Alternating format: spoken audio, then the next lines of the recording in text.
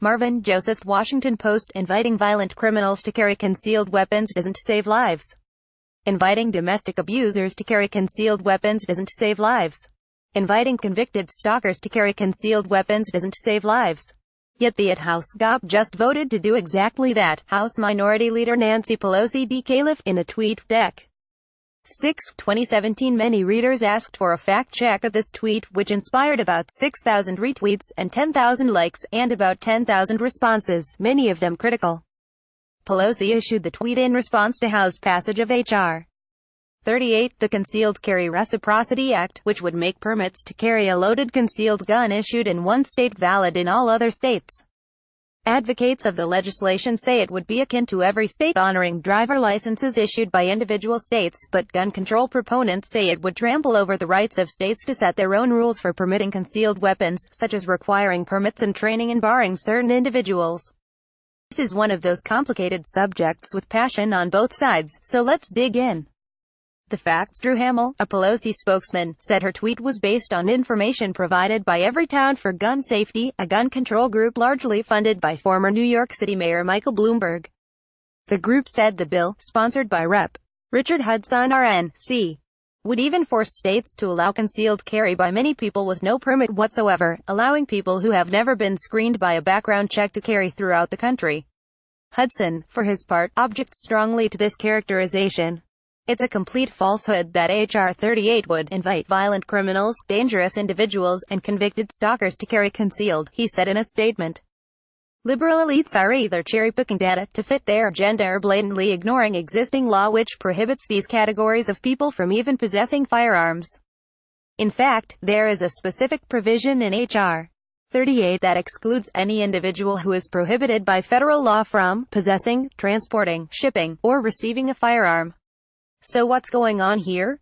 All states have statutes authorizing the carrying of handguns in public places for self-defense, but 38 states have various requirements for permits. Only one state, Vermont, does not issue a carry permit, while 11 other states, Alaska, Arizona, Idaho, Kansas, Maine, Mississippi, Missouri, New Hampshire, North Dakota, West Virginia and Wyoming, make it optional to apply for a permit.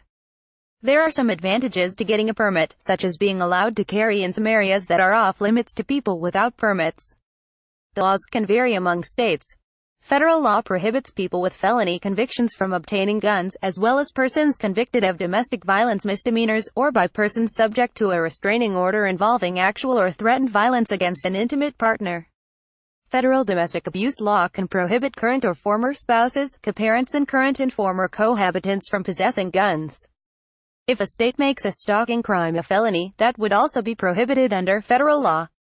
But some states have broader definitions of domestic violence disqualifiers, such as boyfriend or girlfriends. Advocates of the Concealed Carry Reciprocity Act say it is intended to allow people to keep their guns while traveling. Some states have refused to enter into reciprocity agreements with other states or allow non-residents to apply for a permit. So if you want to drive from West Virginia to Vermont with a loaded concealed weapon, you are out of luck. David Kopel, a policy analyst at the Cato Institute, said that given that the Supreme Court ruling upholding the Second Amendment right to bear arms, this was essentially a civil rights issue. The holdout states essentially brought this onto themselves, he said, because their rules have harmed people who would like to protect themselves while traveling. By federal regulation, violent criminals, domestic abusers and convicted stalkers cannot even legally possess a gun. Ergo, they can't get a concealed carry permit, said Kevin Michalowski, executive editor of Concealed Carry magazine. He noted that criminals already carry guns illegally, but that this legislation allows the most law-abiding subset of the population to travel across state lines without fear of prosecution for possession of a firearm. As one reader who had complained about Pelosi's tweet wrote to the fact-checker, all this does is allow someone like me, who can conceal carry in Virginia, not get thrown in jail for driving through, say Illinois, with a pistol in my car. People like me aren't who you need to worry about. Note: federal law allows the transport across state lines of firearms that are unloaded, with the weapon and ammunition contained in a locked container or otherwise inaccessible. But advocates of the law say that is of little use for a tourist who wants to carry a weapon in an unfamiliar neighborhood. Still, in theory, under the proposed legislation, a person who was denied a permit in his home state could seek a permit from another state to carry in his or her own state. There's a grain of truth in that. Koppel said, who noted that companion legislation in the Senate sponsored by Sen. John Cornyn RTEX more clearly states that it is for carrying outside one state of residence. So a Texan can't use a Mississippi permit in Texas, he said. Everytown argues the Senate version is equally harmful because, for instance, an Idaho permit would allow a resident of Ohio to carry in every state except Ohio. Adam Winkler, a law professor at the University of California in Los Angeles, said this aspect of the legislation could create a race to the bottom because it could narrow the laws of slightly more than half the states. It effectively loosens the rules but does not eliminate them, he said. Similar sentiments have been issued by law enforcement officers in states with tough gun laws. A letter signed by 17 attorneys general, including from New York and California, said both the House and Senate bills would elevate the lowest state standard over higher ones and force some states to allow concealed carry by people who do not qualify under their laws. However, another 24 attorneys general have signed a letter supporting the law. Authorizing permit holders to carry across state lines will not result in an increased risk of crime, the letter said. Concealed carry permit holders are among the most law-abiding members of society, and those states that allow for reciprocal concealed carry permits have not encountered any significant safety issues. It's worth noting that the large majority of states which don't issue non-resident permits already have reciprocity agreements to allow carry by visitors with a permit from their home state. A map on reciprocity agreements maintained by the USA Carry website indicates that only 10 states, Hawaii, California, Maryland, New Jersey, New York, Connecticut, Rhode Island, Massachusetts, Illinois and Oregon, and the District of Columbia do not allow reciprocity with any other states. Correction: an earlier version of this article left off Oregon and Illinois.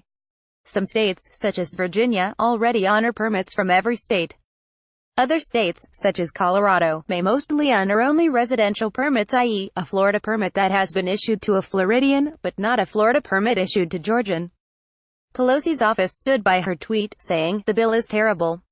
The Pinocchio test." This is one of those issues in which the Pinocchio rating probably will make neither side happy because of the sharply divergent viewpoints on the impact of the proposed legislation. But such is life. Pelosi's tweet focuses on a possible loophole in the law and then uses inflammatory language such as inviting. But the reality is that most states already allow for reciprocity agreements with other states.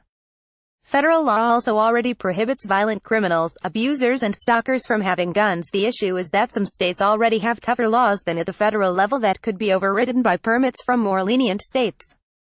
Still, the differences among most states may loom larger in the gun debate than in reality. Pelosi's tweet inspired such anger because responsible gun owners believe their rights are being curtailed, even if they follow the concealed carry rules, while violent criminals who want to have a gun are not going to be bothered with following such rules in the first place. We wavered between 2 and 3 Pinocchios but ultimately settled on 3 because her last line, "The House GOP just voted to do exactly that," is so over the top and exaggerated. One can have a respectful political debate, raising the issue of a lower common denominator for concealed weapons permits, without accusing the other side of voting to let violent criminals and stalkers have guns. 3 Pinocchios about our rating scale. Send us facts to check by filling out this form. Keep tabs on Trump's promises with our Trump Promise Tracker. Sign up for the Fact Checker weekly newsletter. Do you rate this claim as true or false?